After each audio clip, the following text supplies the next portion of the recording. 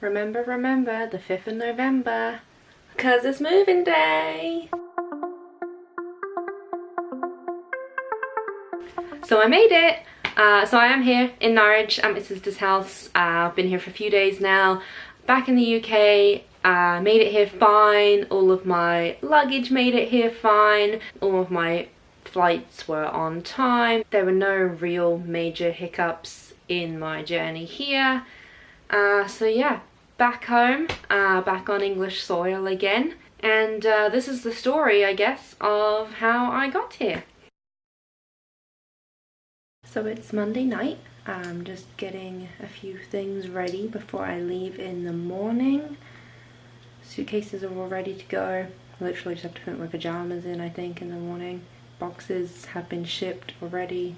They're on their way, or will be at some point. I don't know how long they'll take, but I kind of just want tomorrow to be over because I know it's gonna be such a long day of traveling.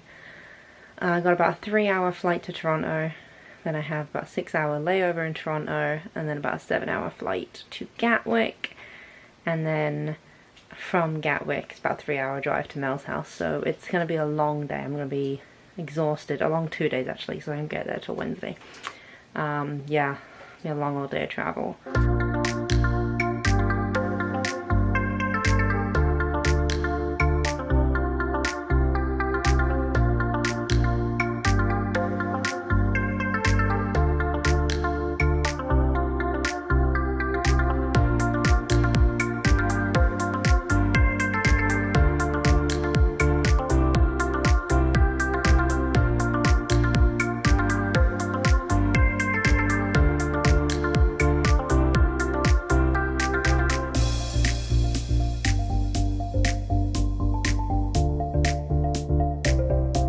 So for my actual flight, I ended up flying with WestJet, which, because they don't fly direct from Halifax at this time of year, meant that I had to go via Toronto instead. So I had to go Moncton to Toronto and then to London. So a bit of a pain in the ass because to start with you end up going in the wrong direction, and then you have a fairly long layover in Toronto. It just kind of makes for a long travel day really, because your actual flying time ends up being longer because you go further.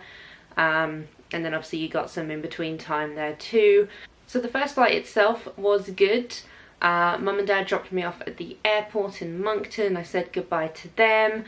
Fortunately, my bags, actually 2 of them were slightly overweight by like half a pound maybe, but the lady at WestJet just put them on with a heavy tag, didn't charge me or anything, so that was all good. Didn't have any overweight baggage, managed to get it all in 3 suitcases. Flew from Moncton to Toronto first of all. That flight was pretty good.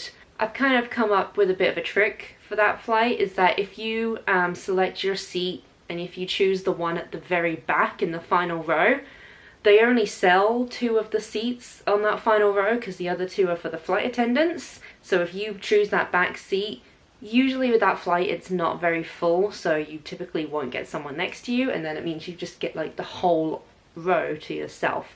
I've done that a couple times now. Definitely the way to go. Also, being at the back of the plane, I've also found that when they come through and give you a snack, they usually end up giving you like an entire can of something to drink rather than just like a little plastic cup, because they have no one else to serve it to, so they just give you the whole thing. So that's a bonus too. So that flight itself was alright. Then landed in Toronto, everything was on time, so yeah, just waited around in the airport for a little bit, and then went on to my second flight.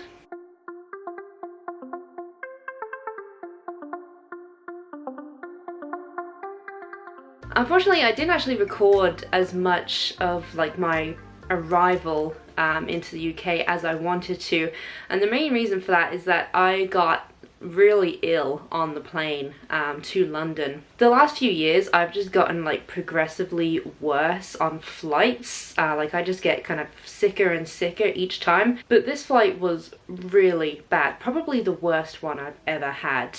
I'm fairly certain I passed out in the bathroom at one point, and I do have a massive bruise on my knee, which I think probably came from falling over in the bathroom. So that flight, yeah, was not good. It was as they were serving breakfast on the flight. They started serving breakfast and I was sitting there in my seat, and just the smell of it just came up to me and just really started making me feel sick. And I was like, oh, I don't feel good. I just wanted to get away from the smell more than anything, so I decided to go to the bathroom. I was sitting like right in front of the bathroom, like it was literally behind my chair. And as I was kind of getting my blanket and seatbelt off and all that kind of thing to get up, someone else got out of their seat and went to use the bathroom just as I was about to.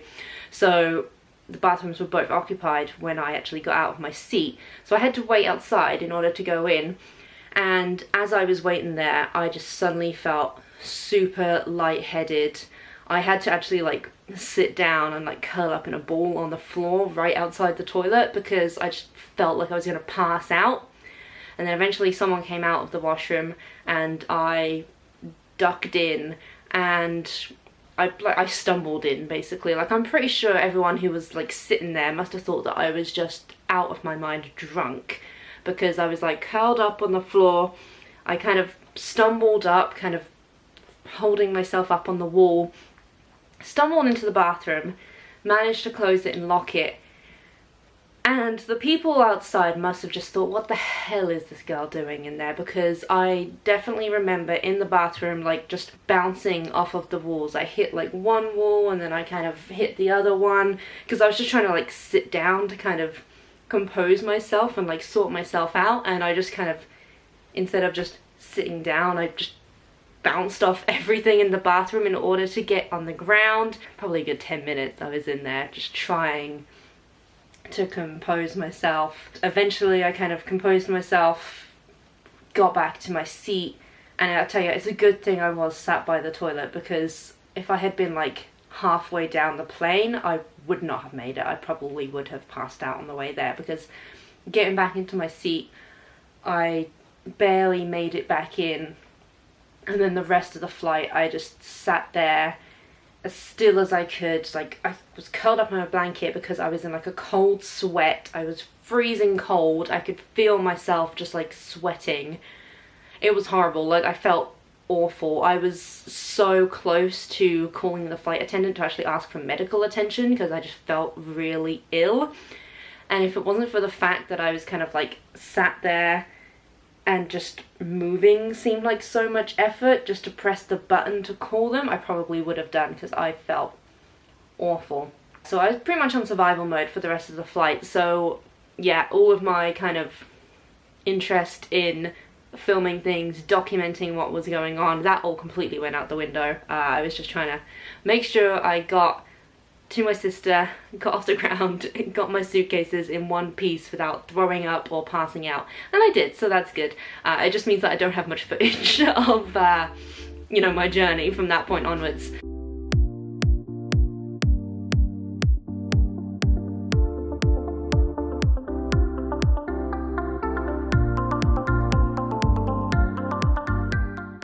One of the other reasons that I don't have that much footage is that I really wanted to kind of film me walking out through arrivals and my sister being there waiting for me.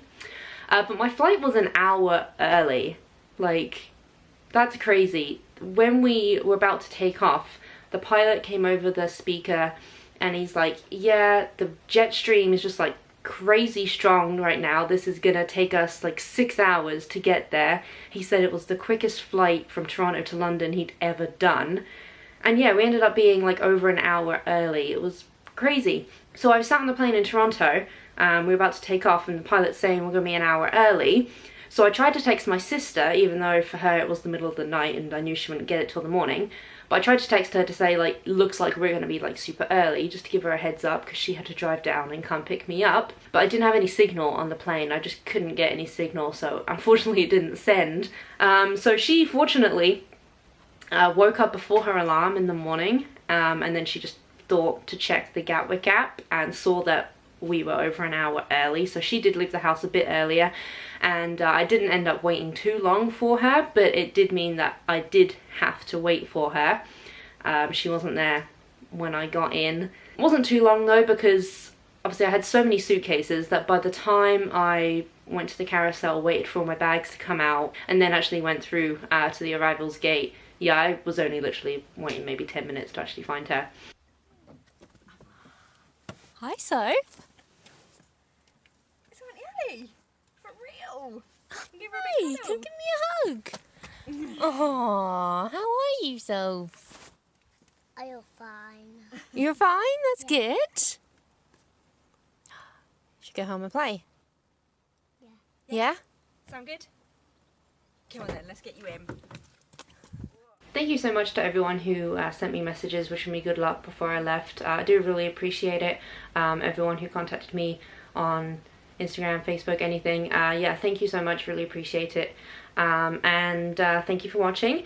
I will try and keep you guys updated as much as I can, you know, as things progress, as I do adult shit like get a job and eventually move into my own place, that kind of thing. So I mean, I'll try and keep, you know, posted as much as I can.